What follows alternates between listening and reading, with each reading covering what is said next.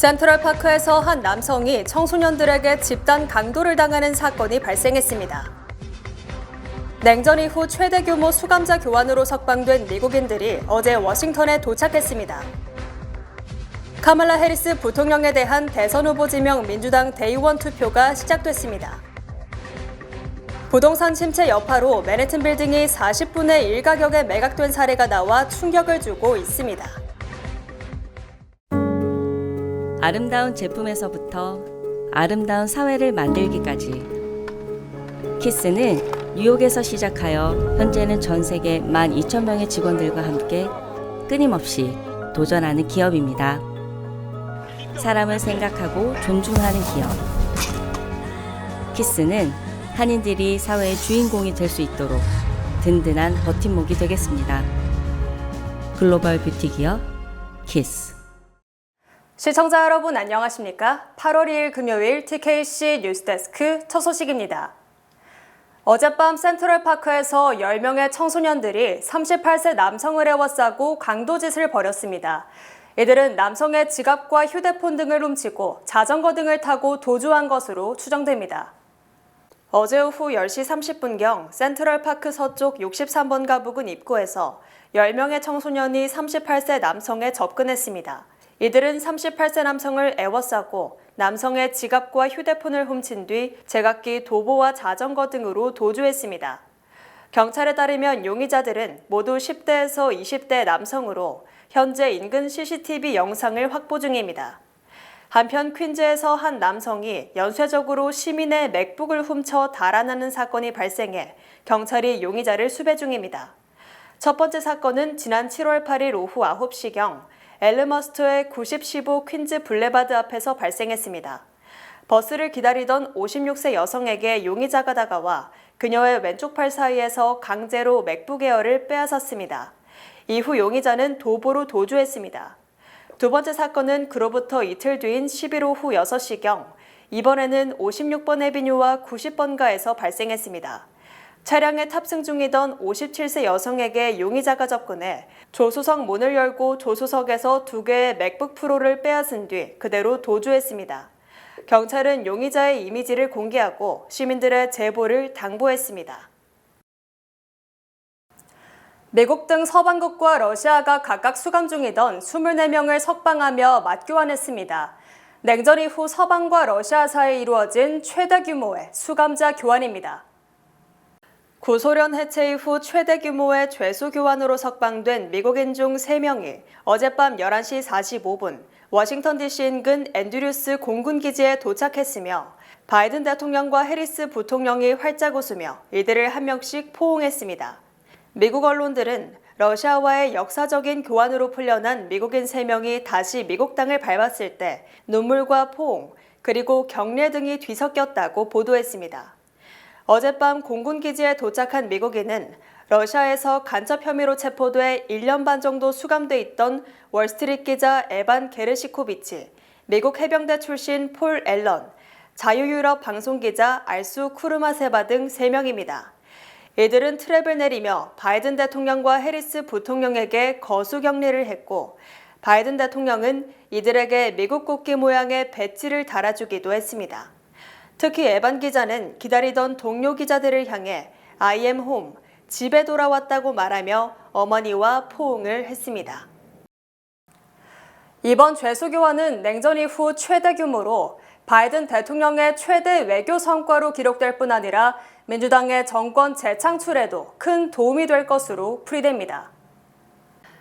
뉴욕타임즈는 연임 도전을 포기한 바이든 대통령이 퇴임을 앞두고 외교적 소환을 발휘했다며 러시아에서 미국인 3명 등 모두 16명의 서방인질이 석방된 것은 바이든의 노력 덕분이라고 보도했습니다. 특히 이번 석방 협정에는 미국과 러시아는 물론 독일과 터키, 폴란드, 슬로베니아, 노르웨이, 벨라루스 등 여러 나라의 이해관계가 복잡하게 얽혀 있었고 이를 바이든이 원만하게 조정했다는 것입니다.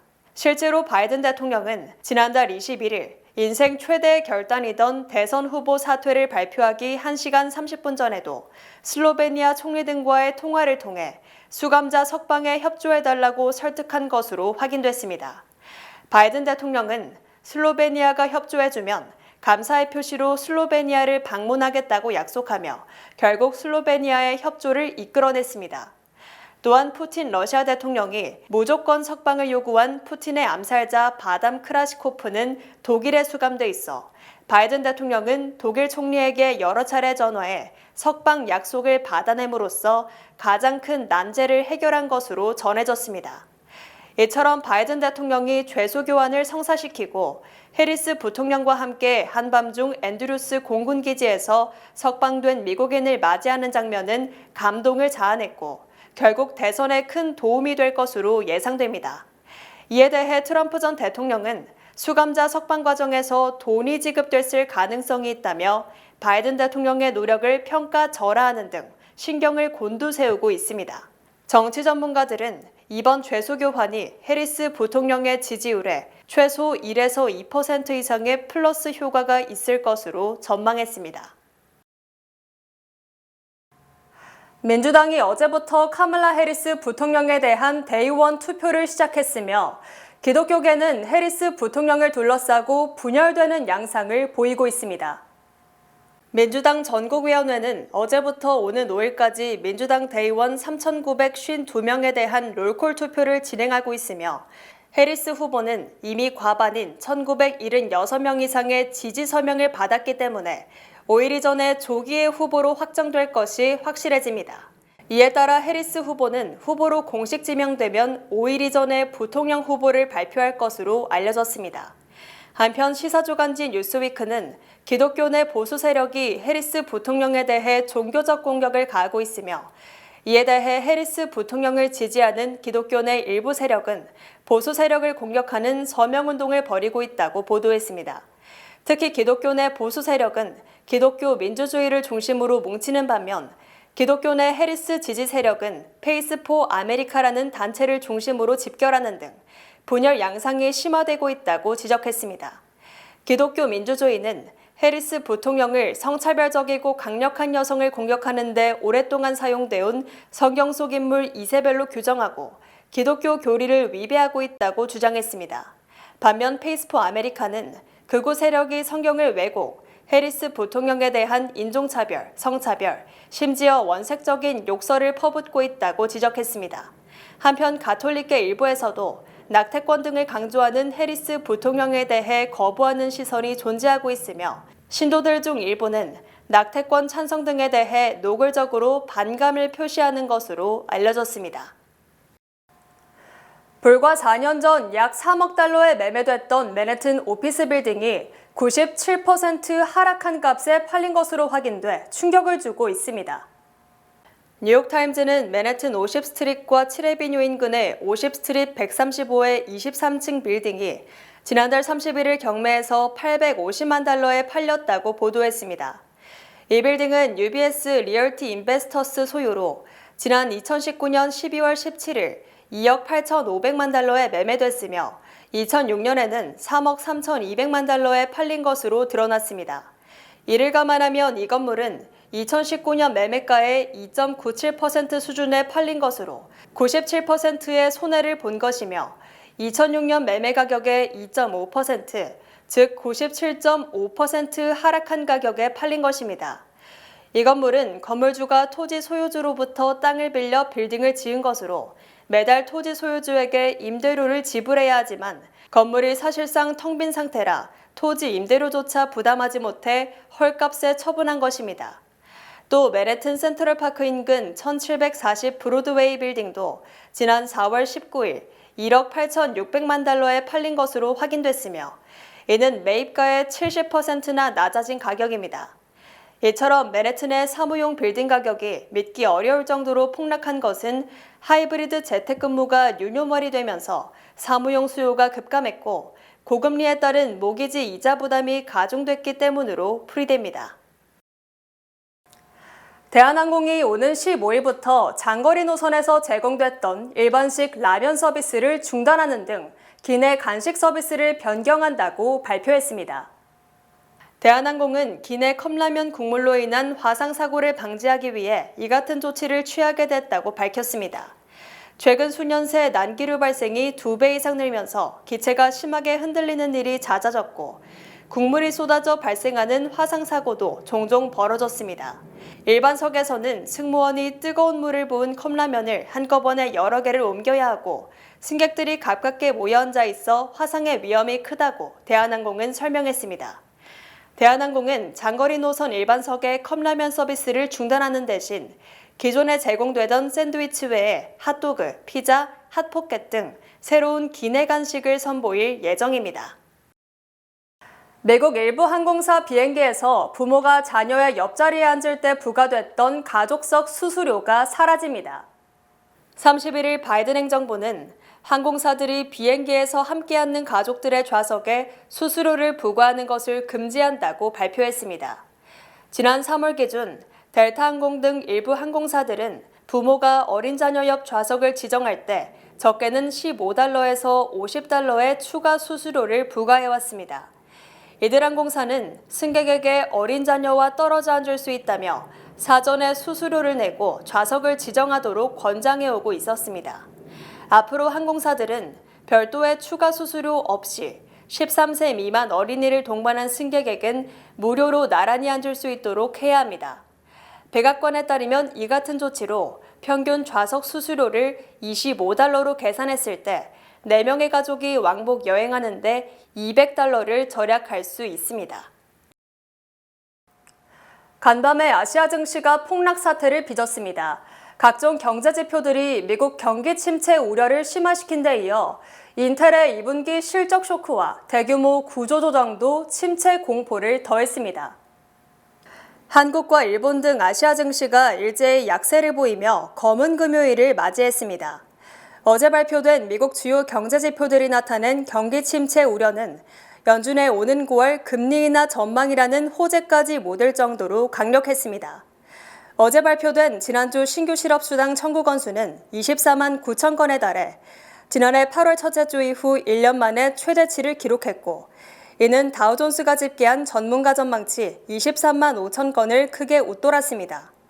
또 2주 이상 실업수당을 신청한 계속 실업수당 청구 건수도 187만 7천 건으로 전주보다 3만 3천 건이 늘어나는 등 실직 뒤 새 일자리를 찾지 못하는 사람도 늘어나고 있습니다.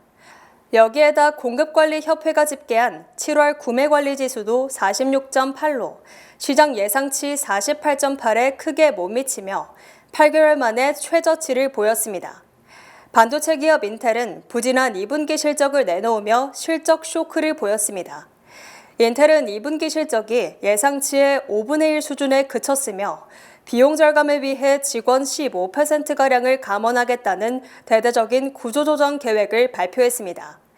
이에 따라 한국과 일본 등 아시안 증시는 현지 시간 2일 일제히 약세를 보이며 검은 금요일이 펼쳐졌다는 평가가 나옵니다. 연방거래위원회가 유통비용 축소에도 불구하고 고공행진을 이어가는 식료품 가격에 대한 조사에 들어갔습니다.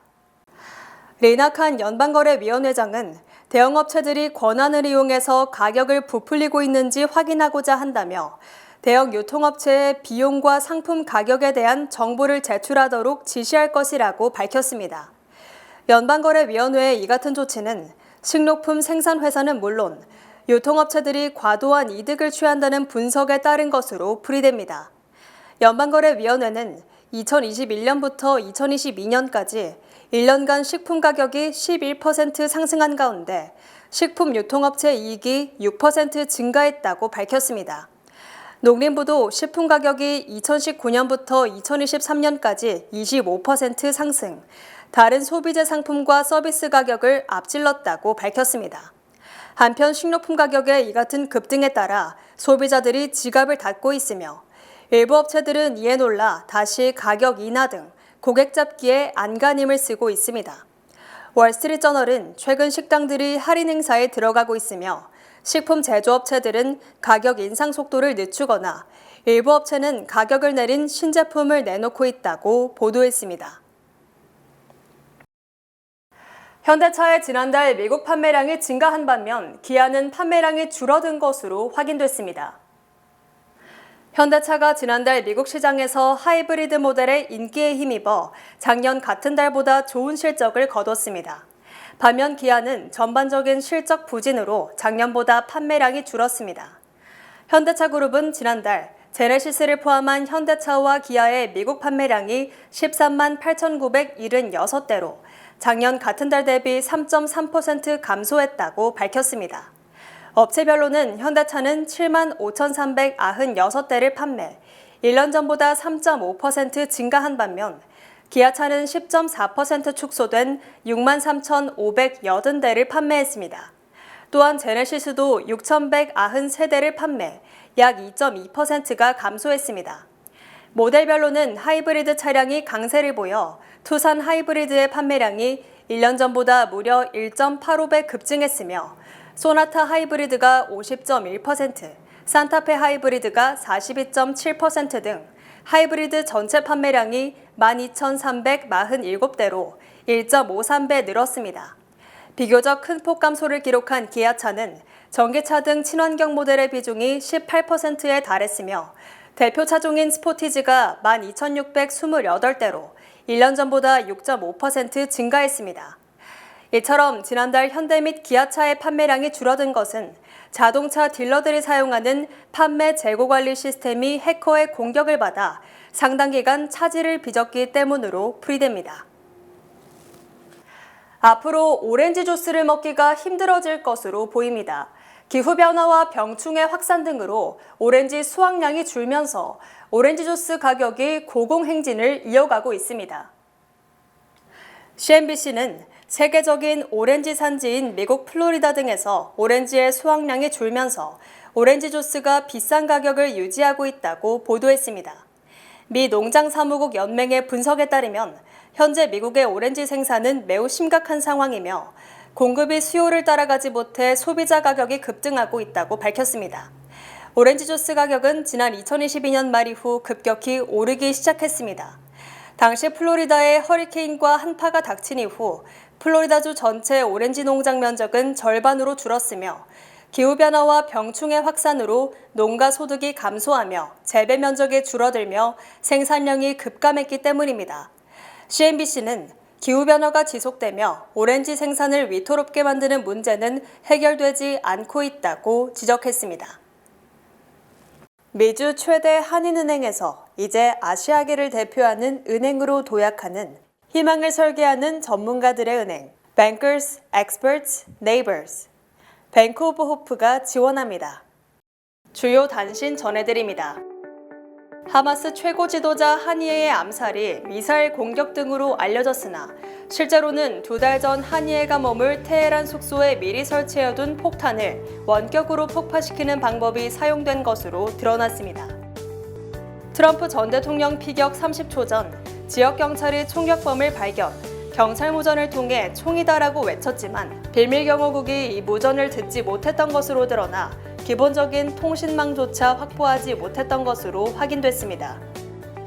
가상화폐 테라 사기 사건으로 45억 달러의 배상 판결을 받은 권도형에 대해 몬테네그로 법원이 한국으로의 송환 판결을 내렸습니다. 2023년 가을 학교 뉴욕시립대 등록 학생이 23만 3천여 명을 기록, 2018년 이후 지속적으로 줄어오다 5년 만에 처음으로 학생 수가 증가한 것으로 집계됐습니다.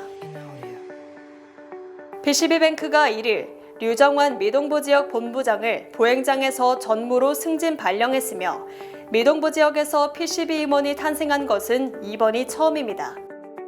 어제 오후 4시 15분쯤 맨해튼 로어이스트 사이드에서 경찰 2명이 강도 2명을 체포하려다 총에 맞아 부상을 입었으며 용의자 1명이 체포됐습니다.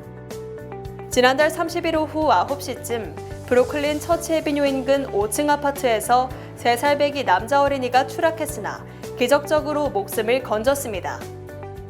CNN 앵커 출신의 방송인 돈 레몬이 SNS 넥스에 컨텐츠를 제공하는 대가로 매년 150만 달러를 받기로 했으나 머스크와의 인터뷰에서 마약 복용 여부 등을 질문하자 일방적으로 계약을 취소했다며 손해배상 소송을 제기했습니다.